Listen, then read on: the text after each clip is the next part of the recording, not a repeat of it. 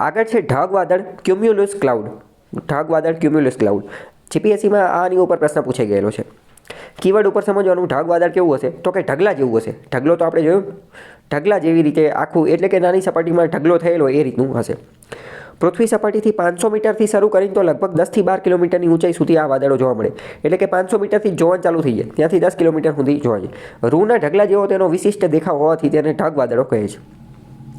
વાદળોના પ્રકાર એવા છે કે એ તમે ગુજરાતીમાં યાદ રાખશો તો સરળતાથી યાદ રહી જશે, બરાબર.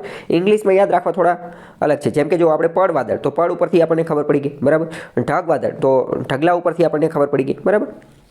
તો કે રૂના ઢગલા જેવા વાદળ હોય છે, પહોળો પાયાનો વિસ્તાર હોય છે, પૃથ્વી તરફ સાંકડો, ટોચ ઊંચે ને એવું બધું જોવા મળે છે.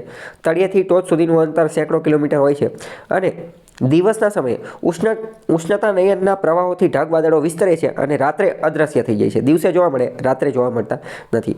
ખૂબ જ મોટા ઢગ વાદળો હોય તો એ વર્ષા વાદળમાં ફેરવાઈ જાય ત્યારે ગાજવીજ સાથે મુશળધાર વરસાદ આપે છે. આ પ્રશ્ન પૂછાઈ જશે કે ઢગ વાદળ ગાજવીજ સાથે મુશળધાર વરસાદ આપે છે, તો વિધાન સાચું પડી જશે, બરાબર.